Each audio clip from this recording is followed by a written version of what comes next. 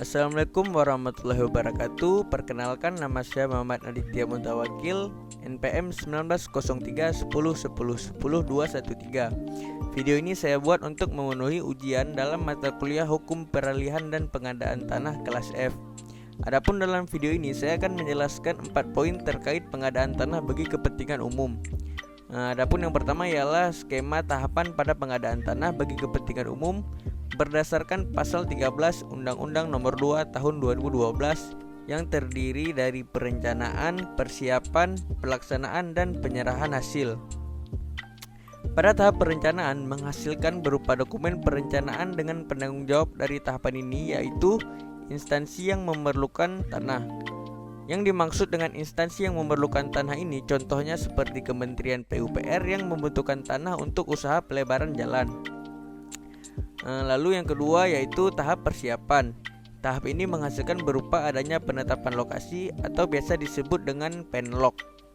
Yang bertanggung jawab untuk tahapan ini sendiri adalah gubernur tempat tanah itu berada. Tahapan yang ketiga adalah tahap pelaksanaan. Tahap ini menghasilkan penetapan nilai ganti kerugian. Yang bertanggung jawab untuk tahapan ini adalah BPN. Kemudian tahap terakhir adalah penyerahan hasil. Pada tahap ini menghasilkan berupa pengadaan tanah dari BPN kepada instansi yang memerlukan tanah.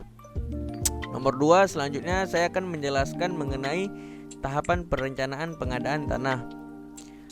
Pada tahapan perencanaan, setiap instansi yang memerlukan tanah bagi pembangunan untuk kepentingan umum menyusun dokumen perencanaan pengadaan tanah yang sedikitnya memuat: yang pertama, maksud dan tujuan rencana pembangunan, kesesuaian dengan rancangan tata ruang wilayah dan prioritas pembangunan, letak tanah, luas tanah yang dibutuhkan, gambaran umum status tanah, perkiraan jangka waktu pelaksanaan pengadaan tanah dan pelaksanaan pembangunan, perkiraan nilai tanah, dan rencana penganggaran. Dokumen perencanaan pengadaan tanah tersebut disusun berdasarkan studi kelayakan yang mencakup survei sosial ekonomi, kelayakan lokasi, analisis biaya dan manfaat bagi pembangunan wilayah dan masyarakat, perkiraan harga tanah, dampak lingkungan dan dampak sosial yang mungkin timbul akibat pengadaan tanah dan bangunan, serta studi lain yang diperlukan. Dokumen perencanaan tersebut selanjutnya diserahkan oleh instansi yang memerlukan tanah kepada gubernur yang melingkupi wilayah di mana letak tanah berada. Nomor 3, selanjutnya pada poin ketiga ini mengenai konsultasi publik. Konsultasi publik dilakukan untuk mendapatkan kesepakatan lokasi dengan pihak yang berhak pengelola barang atau pengguna barang serta masyarakat yang terkena dampak. Konsultasi publik ini dilakukan secara dialogis, dimulai dengan tim persiapan menyampaikan maksud dan rencana tujuan pembangunan untuk kepentingan umum, tahapan dan waktu penyelenggaraan pengadaan tanah, peran penilai dalam menentukan nilai ganti kerugian intensif yang akan diberikan kepada pihak yang berhak, objek yang dinilai ganti kerugian, bentuk ganti kerugian, serta hak dan kewajiban pihak yang berhak mengelola barang dan pengguna barang serta masyarakat yang terkena dampak.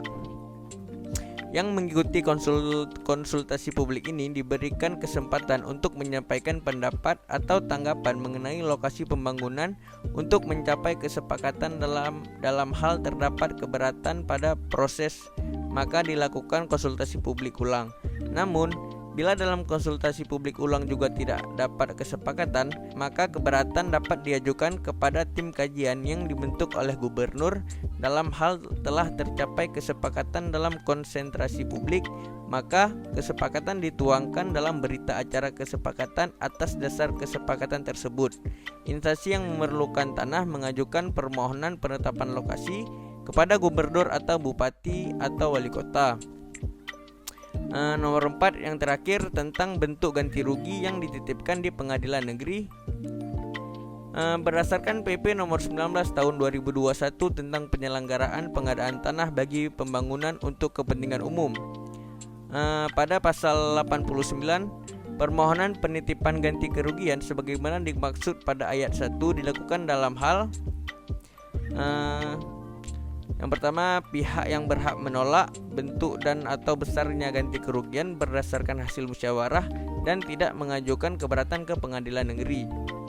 Yang kedua, pihak yang berhak menolak besarnya ganti kerugian berdasarkan putusan pengadilan atau negeri Mahkamah Agung yang telah berkekuatan hukum tetap. Yang ketiga, pihak yang berhak tidak diketahui dan atau pihak yang berhak tidak diketahui keberadaannya. Yang keempat, objek pengadaan tanah yang akan diberikan ganti kerugian yaitu sedang menjadi objek perkara di pengadilan, masih dipersengketakan kepemilikannya, diletakkan sita oleh pejabat yang berwenang, atau menjadi jaminan di bank.